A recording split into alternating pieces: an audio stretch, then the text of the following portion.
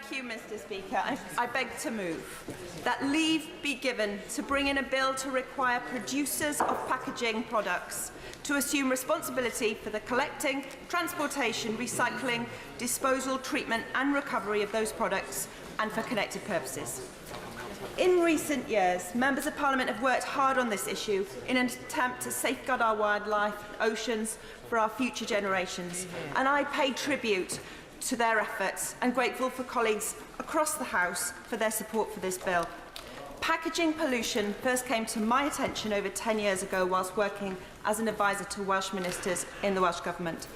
Back then, the impact that packaging and plastic pollution were having on our wildlife, natural resources and on climate change was becoming increasingly evident.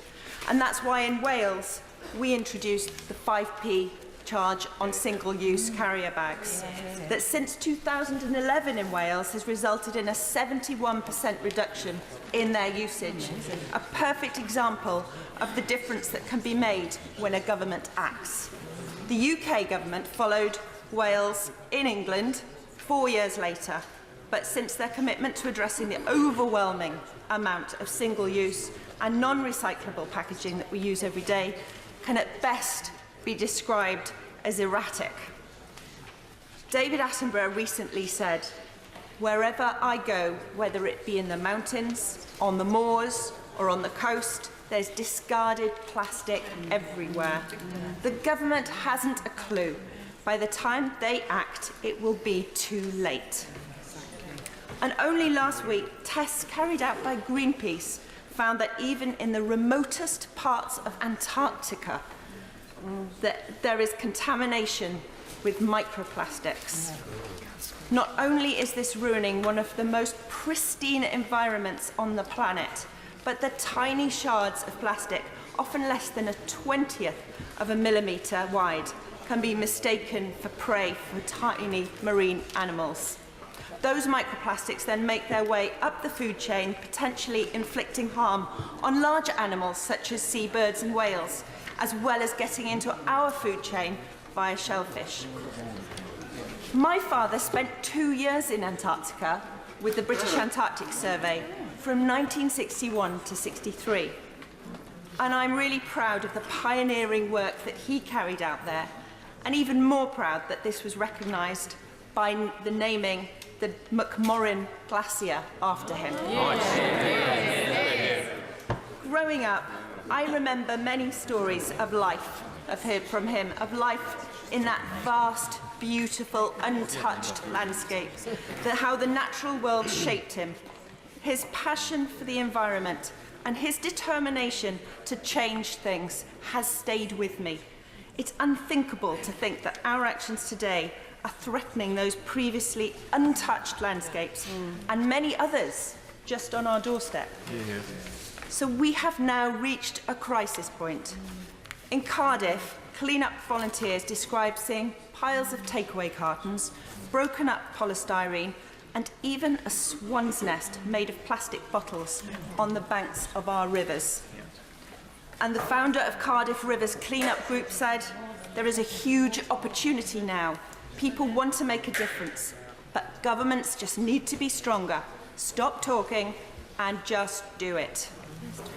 And a recent study by Eunomia suggests that the UK government figures drastically underestimate how much plastic packaging waste Britain generates. Their analysis suggests it's 50% higher than projected, which is a staggering amount, but unsurprising, as they also analysed the composition of UK waste and found the system for calculating recycling rates is inclined to overestimate this success. Not ideal when you're using these figures to make decisions and future projections. In France, there's a proposed penalty of 50% to packaging that's not easily separated and therefore considerably disrupted to the recycling stream, such as coffee cups and black plastic packaging, which is problematic.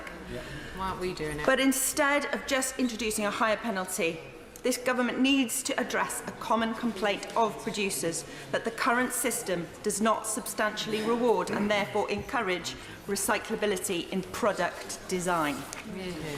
So a solution could be to introduce bonuses for producers via a reduction in the levy of pay. The bonuses could cover 3 categories, including reducing packaging weight of their product, making it easier to recycle, and raising awareness by having a clear and correct label applied to the product.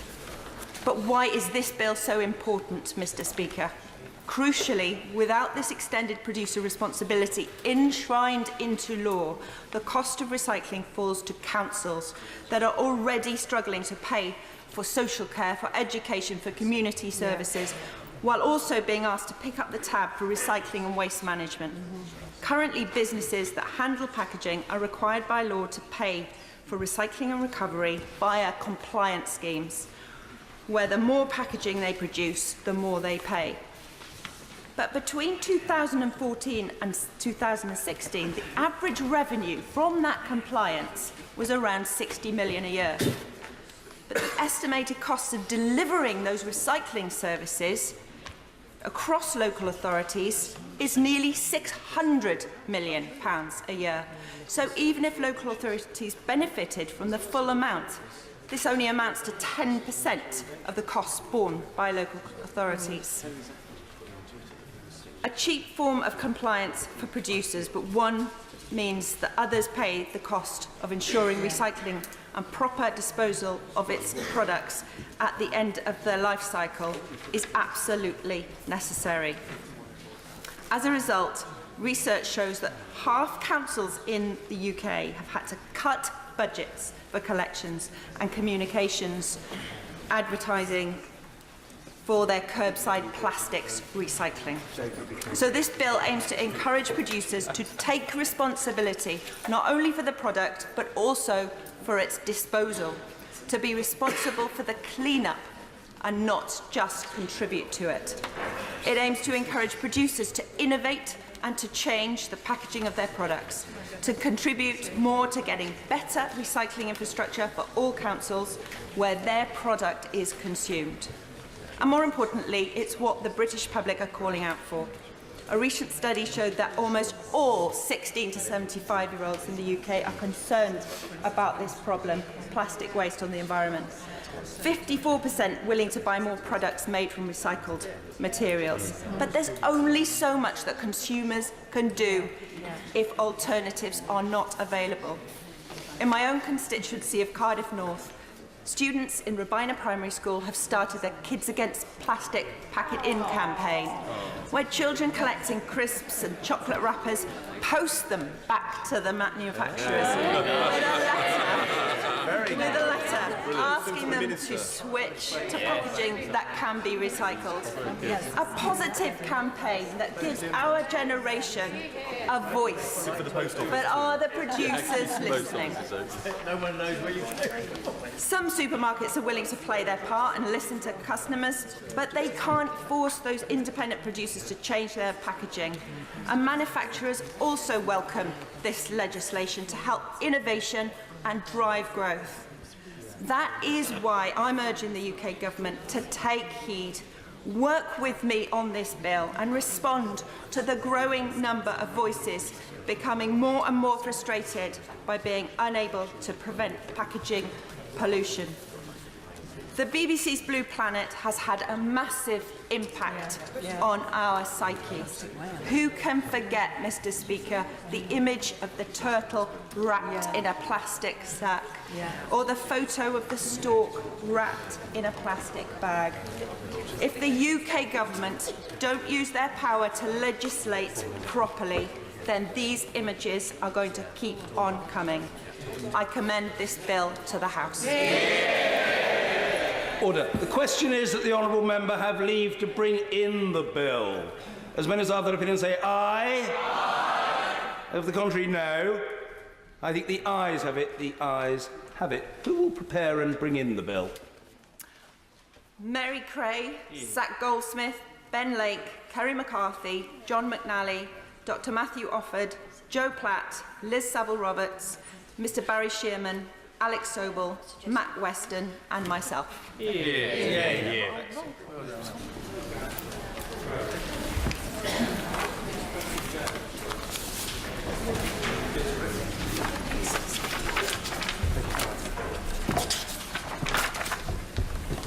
Anna McMorrin.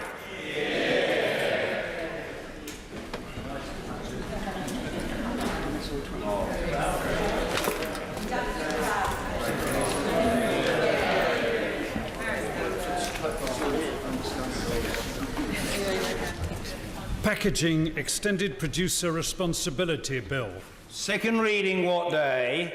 Friday the 26th of October. Friday the 26th of October. Thank you.